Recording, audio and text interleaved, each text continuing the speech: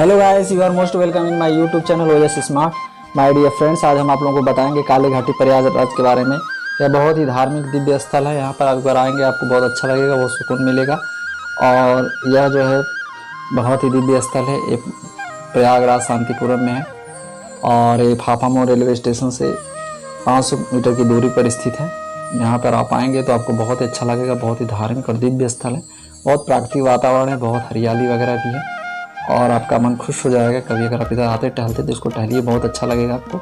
बहुत ही दिव्य और धार्मिक स्थल है और मज़ेदार है।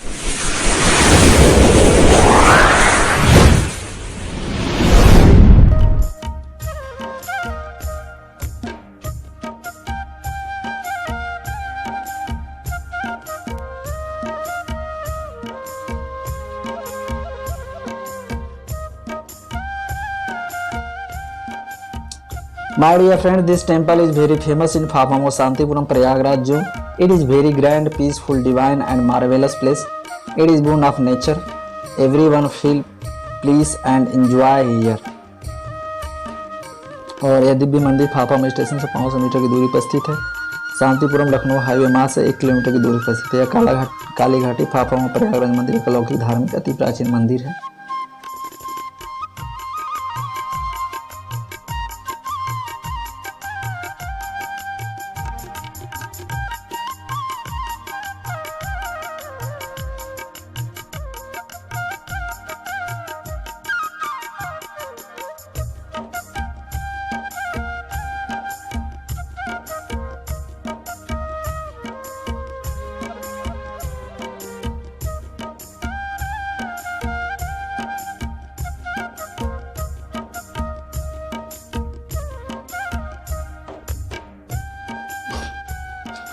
This Kali Ghati temple is very peaceful, natural, divine and graceful boon of goddess Ma Kali. This Kali Ghati temple is very ancient temple. It is surrounded by green environment, flowers and gardening. There is a Desi Akhada also. Many villagers and young dynamic youth practice here exercise daily in morning and evening both time. Baba is very kind hearted, intelligent and great priest of Ma Kali. There is also social NGO. Its name Ma Kali Ghati Trust, Fafamo Prayagraj. You can also donate and serve the society, and you can take the blessing of Ma Kali.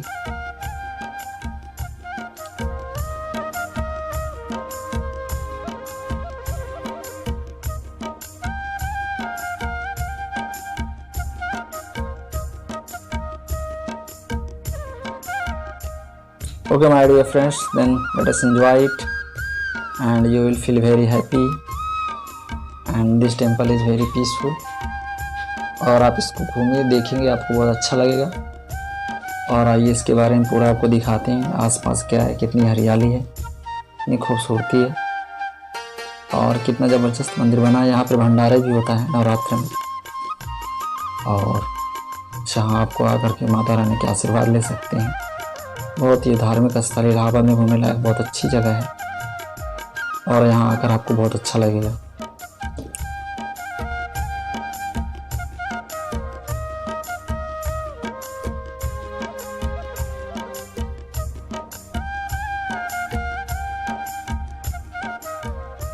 Hello friends, दोस्तों, यहाँ पर आपको बहुत हरे भरे वृक्ष मिलेंगे और बहुत फूल पत्तियाँ भी लगी हुई हैं जिसको देखकर आपको अच्छा लगेगा। और हमारे जीवन में वृक्षों का बहुत महत्व है। वृक्ष हमारे देश की प्राकृतिक संपदा है। इन्हें पेड़ों के झुंड, जंगल के रूप में जाना जाता है और वृक्षों से हमें कच्ची सामग्री, उद्योग की लकड़ी भी मिलती है। पेड़ बाढ़, भूमि कटाव को रोकते हैं। इनसे आंखों को भाने वाली हरियाली मिलती है। पेड़ बाढ़ों और भूमि कटाव को रोकते हैं। पेड़ हमें अनेक प्रकार की कच्ची सामग्री से रबड़, इलायची, मसाले, उपयोगी जड़ी बूटियाँ, फल फूल को प्रदान करते हैं। इसलिए हमें पेड़ों को बचाना चाहिए। और यहाँ पे आपको इससे हरियाली लगेगी और बहुत ही दिव्य शांतिमय वातावरण है। इसलिए हमको अधिक से अधिक पेड़ भी लगाना चाहिए। गौतम बुद्ध को निर्वाण एक वृक्ष के नीचे प्राप्त हुआ था, पीपल पेड़ के नीचे। यहाँ पर भी बड़े बड़े पेड़ हैं। पेड़ हमें गर्मी में छाया देते हैं। वृक्षों की महिमा हमारे आदि ग्रंथों में वर्णित है। ये हमारे जीवन दाता होते हैं। पेड़ पर्यावरण को प्रदूषण से बचाते हैं। ये दूषित वायु को सोखते हैं और शुद्ध ऑक्सीजन हमें देते हैं। ऋषि मुनियों आचार्यों ने वृक्ष लगाने के महत्व को पुत्र जन्म के महत्व के समान मान्यता प्रदान की है। वृक्ष विहीन धरती की तो हम कल्पना भी नहीं कर सकते। वृक्ष ना हो तो पर्यावरण प्रदूषण इतना बढ़ जाएगा कि शुद्ध ऑक्सीजन के लिए हम तरस जाएंगे। इससे मानवता का विनाश भी हो सकता है। लेकिन कुछ लोग होते हैं जो स्वार्थ उस लकड़ी को ईंधन के रूप में इस्तेमाल करने के लिए चोरी चोरी पेड़ काटते हैं। हमें उन्हें रोकना चाहिए। प्रत्येक मनुष्य को एक पेड़ लगाना चाहिए, उसकी देखभाल करनी चाहिए। ऐसा करने से हमें प्रदूषण की समस्या से छुटकारा मिल जाएगा।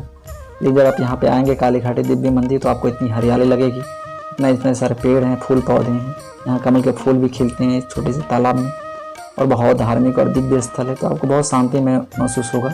यदि आप सुबह या शाम में आए तो आपको और जैसा जो है बहुत अच्छा महसूस होगा।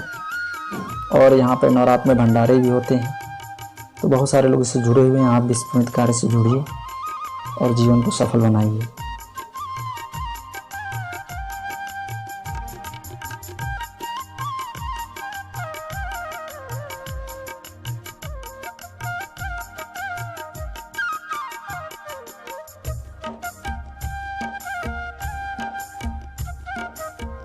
माय डियर फ्रेंड्स, यहाँ बहुत सारे स्टूडेंट आते हैं, पढ़ाई वढ़ाई भी करते हैं, बहुत शांति स्थान रहती है और विद्यार्थी यहाँ बहुत सुकून महसूस करते हैं।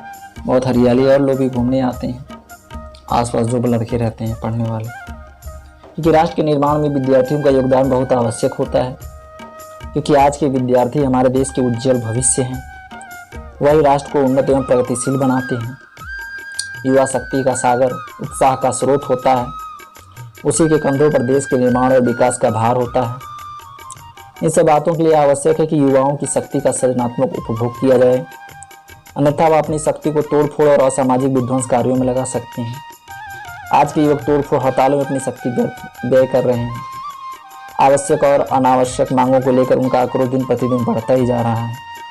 यदि छात्रों की शक्ति किसी सृजनात्मक कार्य में लगा दिया जाए तो हमारा देश विकास की नई ऊंचाइयों को छू सकता है। छात्र असंतोष का प्रमुख कारण आधुनिक शिक्षा प्रणाली का दोषयुक्त होना है। इस शिक्षा प्रणाली से विद्यार्थी का बहुत ही विकास नहीं हो पाता है। परिणामतः देश में शिक्षित बेरोजगारी बढ़ती जा रही है। छात्र असंतोष का दूसरा प्रमुख कारण विद्यार्थियों पर राजनीतिक दलों का प्रभाव पड़ना है। कुछ स्वार्थ और अवसरवादी राजनीतिक भी अपने स्वार्थों के लिए विद्यार्थियों का प्रयोग करते हैं। इसके अतिरिक्त समाज के प्रत्येक वर्ग में फैला हुआ संतोष विद्यार्थियों के लिए संतोष को बढ़ने का मुख्य कारण है। मनुष्य के विकास की आधारशिला छात्र जीवन ही है। इस दृष्टि से विद्यार्थियों के कंधे पर अनेक दायित्व आ जाते हैं, जिनका निर्वाह करते हुए राष्ट्र निर्माण में वह अपना योगदान निभा सकते हैं। इसलिए विद्यार्थियों का दायित्व है कि अनुशासन में रहकर देश का चिंतन करें, अपनी पढ़ाई करें। विद्यार्थियों को अनुशासित सैनिकों के समान अपने कर्तव्यों का पालन करना चाहिए, तभी वो राष्ट्र निर्माण में अपना करियर बनाने में महत्वपूर्ण योगदान दे सकते हैं। सच्चा विद्यार्थी वही है जो अपने कर्तव्यों जैसे राष्ट्र, समाज, परिवार आदि को निर्वाह करता है, और इस प्रकार राष्ट्र निर्माण के लिए कर्तव्यपरायणता बहुत आवश्यक है। विद्यार्थियों के लिए आवश्यक है कि न्यूनतम अनुसंधानों के द्वारा खोज करें। चिकित्सा के क्षेत्र में अध्ययनरत विद्यार्थी औषधि सर्जरी क्षेत्र में नवीन अनुसंधान करें, रिसर्च करें, जिससे मानव जीवन का अधिक सुरक्षित और स्वस्थ बन सके। मनुष्य का विकास स्वास्थ्य, बुद्धि और चिंतन के द्वारा ही विकसित होता है, और इन गुणों का विकास नैतिक विकास पर निर्भर होता है। इसलिए आप और अपने राष्ट्र के जीवन को समृद्ध एवं संपूर्ण बनाने के लिए विद्यार्थियों को अपना नैतिक बल बढ़ाना चाहिए। विद्यार्थियों को अपने समाज के उत्थान की दिशा में विचार और मनन करना चाहिए, और यदि उन्हें सही दिशा का ज्ञान दिया जाए तो विद्यार्थी समाज द्वारा अपने देश के उत्थान में महत्वपूर्ण योगदान दे सकते हैं। तो माय डियर फ्रेंड्स, यहाँ पे बहुत सारे स्टूडेंट आते हैं, घूमते हैं, उनको शांति महसूस होती है और बहुत अच्छा फील करते हैं। सुबह शाम भी सुबह आएंगे तो यहाँ कमल भी खिले रहते हैं, बहुत शांत माहौल होता है। तो विद्यार्थी आते हैं, यहाँ पढ़ाई वढ़ाई भी करते हैं, और कुछ लोग सुबह शाम टहलने के दृष्टिकोण से भी आते हैं। तो बहुत ही ज़बरदस्त जगह है।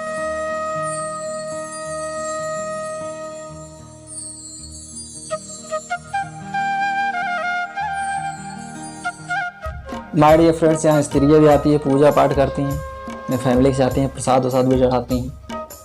और भारत एक प्राचीन सभ्यता एवं संस्कृति वाला देश है। यहाँ स्त्रियों का आदर देवी के रूप में सम्मानपूर्वक किया जाता रहा है।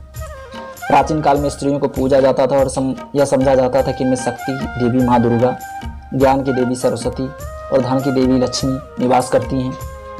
पुराने समय में महान ऋषि मनु ने कहा था, जहाँ स्त्रियों की पूजा की जाती है वहाँ सभी प्रकार के देवी देवता निवास करते हैं।